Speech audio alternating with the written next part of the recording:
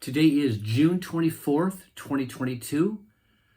Let me give the date again, June 24th, 2022. Remember that date, June 24th, 2022. My name is Rob Carr of Kalamazoo Right to Life, and this is a special edition of Pro-Life Week. Well, this morning, a few minutes after 10 o'clock, the Supreme Court, the United States Supreme Court, overturned Roe v. Wade in the Dobbs versus Jackson Women's Health Organization decision. 49 years has elapsed between Roe v. Wade until Dobbs. And finally, Roe has been tossed onto the ash heap of history. Now, and that's why I'm dressed up today. You'll see a dress shirt and a tie. I'm celebrating today the end of Roe v. Wade. Pro-lifers have been dreaming and praying and fasting for this moment for 50 years. And finally, it has happened. Thank God for the Supreme Court that has restored a sense of sanity in this country. The decision was 6-3. Well, apparently it was 5 to, well, I'm not sure about where Chief Justice Roberts is completely. He voted to uphold the Mississippi case, banning abortions after 15 weeks. He voted with the majority on that. I don't know exactly if he really voted with the other 5 to actually overturn Roe, but it was a 6-3 decision regardless, because only 3 justices, Breyer, Kagan, and Sotomayor, voted in the negative. They dissented on the Dobbs case. So 6-3 pro-life votes. And here's where I have a little struggle. This is a cup of chocolate milk that I'll be drinking shortly. But this cup is only half full, which also means it's half empty. And that's kind of where I'm falling on this issue of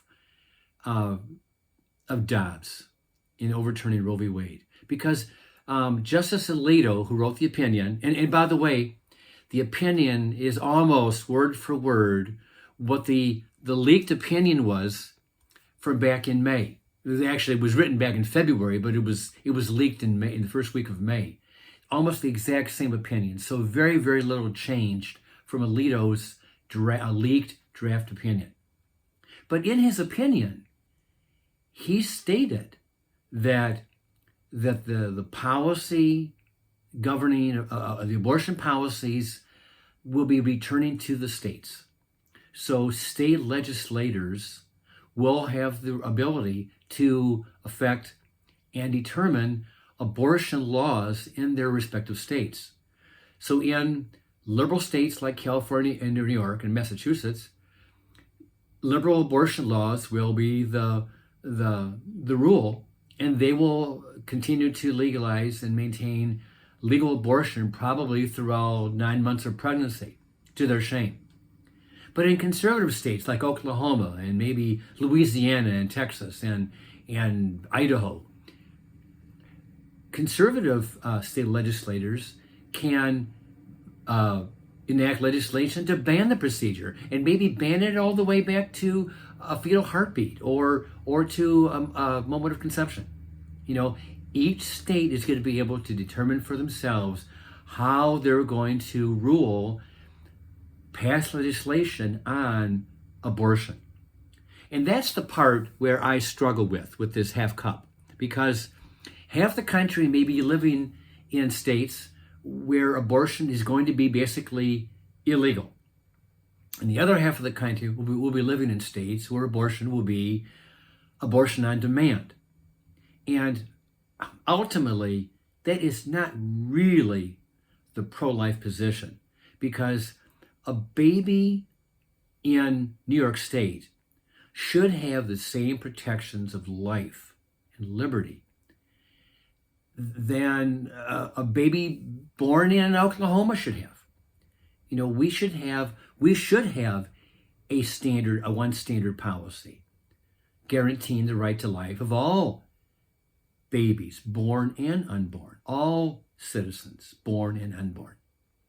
So it's a great deal. Don't get me wrong. I am thrilled. I've been waiting for this moment most of my adult life. Actually, probably all my adult life.